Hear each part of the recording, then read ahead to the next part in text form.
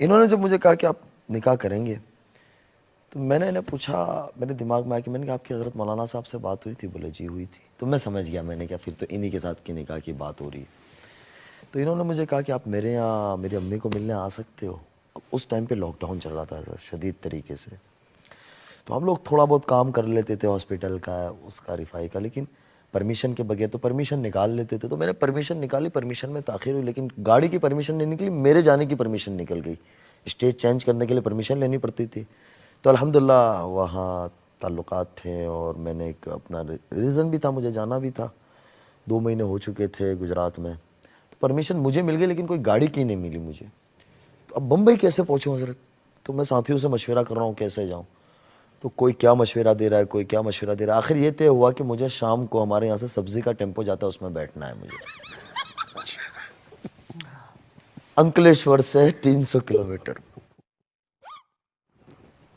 लड़कों को कहा, मैंने कहा घर की कहानी आप संभालो मेरी। मैंने अपना बैग पैक किया, शाम के वक्त बैठा। तो मतलब आप उनको फिल्म से हटा रहे और खुद मैं फिल्मी दुनिया में जाने लगा। तो हमारे हजरत अंकलेश्वर से चलते हैं, फिर सूरत आता है, नौसारी, बलसार, भिलाड़ आता है, चेक पोस्ट, गुजरात बॉर्डर। वहाँ मुझे रुकना था, वहाँ तक हो जा रहा था। वहाँ से सारा दिन रुकना था और दूसरे दिन रात में वहाँ से फिर दूसरे टेम्पो से चलना था आगे।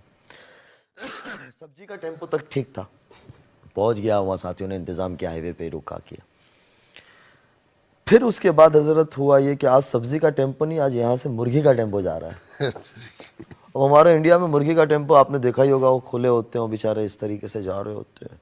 मैंने 3-4 मास्क लगाया, ऐसे करके लगा बैठा। 10 मिनट में तो मैं भी उसी तरीके से हो गया। कंडक्टर, मैंने कहा चलो हम भी बन जाते हैं।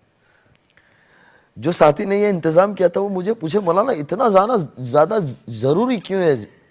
थोड़े दिन रुक जाओ, 10 दिन में खुल जाएगा। मैंने कहा बहुत ज़रूरी है। बोले क्या वजह है? सारा कुछ बंद है। मैंने क्या, वो वजह कुछ वक्त के बाद पता चलेगी अगर हकीकत में बदली तो, वरना इसको राज राज को ही रहने देना, क्योंकि मुझे भी तो पता नहीं था ना आगे क्या होना है। अब ये कह रहे कहाँ पहुंचे, तो मैं फ़ोन बंद कर दूं। मैं कहा, ये कह रहे कौन सी गाड़ी में, मैं इसको थोड़ी कह सकता हूँ कि मुर्गी के टेम्पो में आ रहा हूँ। मैं हज़रत अंधेरी जोगेश्वरी के हज़रत मौलाना भी आखिरी आए थे ना, जहाँ हज़रत मौलाना को मिला वहीं मैं उतरा। वहाँ एक दोस्त को बुला लिया था, वहाँ की मस्जिद के करीब में गया, गुसल वुसल किया, कपड़े वपड़े पहने, इनके घर पहुँचा। ये कि वे गाड़ी का है? मैंने कहा वहाँ आगे साइड पे रखी हुई है। ये शादी के बाद के ये बहुत हंसे मुझे कि वे यार, मैंने कहा इतनी बड़ी कुर्बानी दी है मैंने। अब उसके बाद हुआ ये लॉकडाउन खुला, ये गुजरात आए, तो मेरी वालदा को, वो माशाल्लाह वालदा को बहुत सारी बच्चियां बहनें मिलना आती रहती, तो वालदा ने से कुछ कपड़ा दिया, कुछ जानमाज दिया और रिंग दी। मेरे घर में पता नहीं है मेरी वालदा को ऐसा कुछ अभी कि ऐसा कुछ चल रहा है। तो ये हंसने लगी देखकर, ये हंसती बहुत, अल्लाह ताला ने हंसता रखे हमेशा। तो इस तरह से बैठे हुए वालदा ये और मैं इस तरह से बैठा हुआ हूँ। तो मेरी वालदा कहती है तुम दोनों भाई बहन का मसला है, देख लो। मैंने कहा अम्मा मैं बहू बनाने के चक्कर में 2 साल से पापड़ तोड़ रहा हूँ और आप बहन बना रहे हो। मैं इसको बाहर दरवाजे पे निकलते कहा, मैंने कहा मेरी अम्मी सीधी सादी गाँव की रहने वाली, इनकी बातों पर ध्यान न देना, अपना जो ट्रैक चल रहा है उस चलने दो अभी। लेकिन इतना ज़रूर था हज़रत, मैं यहाँ ये कहूँगा कि मैंने इनसे दीनी बात कोई नहीं की, ना मैंने कोई चीज़ का फोर्स किया, ना मैंने इनको हिजाब लेने का कहा, ना अबाया लेने का कहा, ना नकाब लेने का कहा। हिम्मत ही नहीं थी। हिम्मत ही नहीं थी।